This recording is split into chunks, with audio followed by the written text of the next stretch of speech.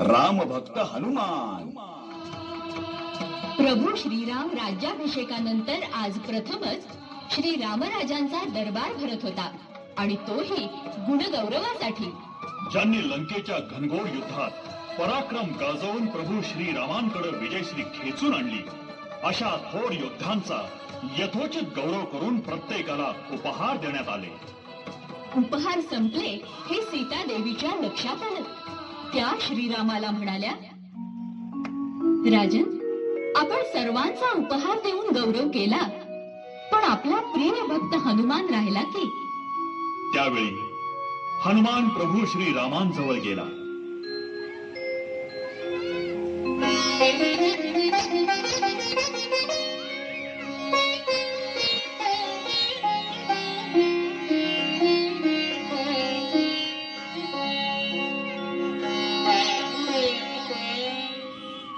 हनुमंता, तू खरंच उपहार देण्याचा राहिलास. काय देव तुला? प्रभू, देणार असाल तर आपल्या चरणांजवळ जन्मभर मला स्थान द्या. त्यावेळी सीता देवीने आपल्या गळ्यातील मोत्याची माळ हनुमंताला दिली. ती माळ हातात घेऊन हनुमान त्या माळेतील मोती आपल्या तोंडात घेऊन फोडू लागला आणि ते फेकू लागला. हे पाहून ऋषी हनुमंताला म्हणाले, हे हनुमान, मोती का बरं फोडतो आहेस?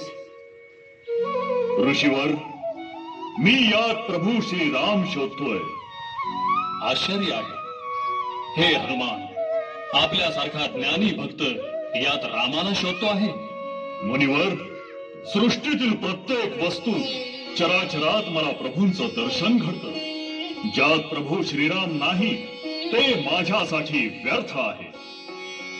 हे हनुमान, मग तर तुमचे शरीरही व्यर्थच आहे का?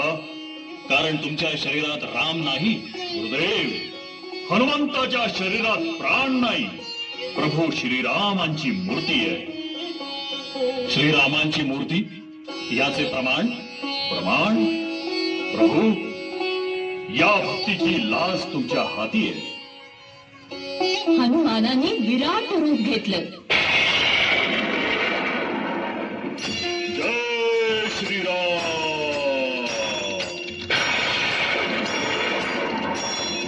जय श्रीराम,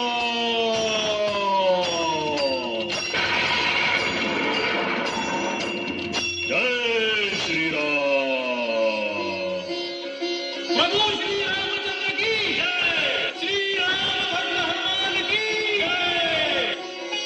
हनुमानाच्या हृदयात प्रभू श्रीरामांचं दर्शन घडताच वानर सेना आनंदानं नाचू लागली. हनुमंताची रामभक्ती पाहून स्वर्गस्थ देव, शंकर, पार्वती आणि ब्रह्मा आनंदित झाले आणि त्यांनी भरभरून आशीर्वाद दिले. हे अंजनीच्या सुता, तुला रामाचं वरदान. एक मुखान बोला बोला जय जय हनुमान. एक मुखान बोला बोला जय जय हनुमान.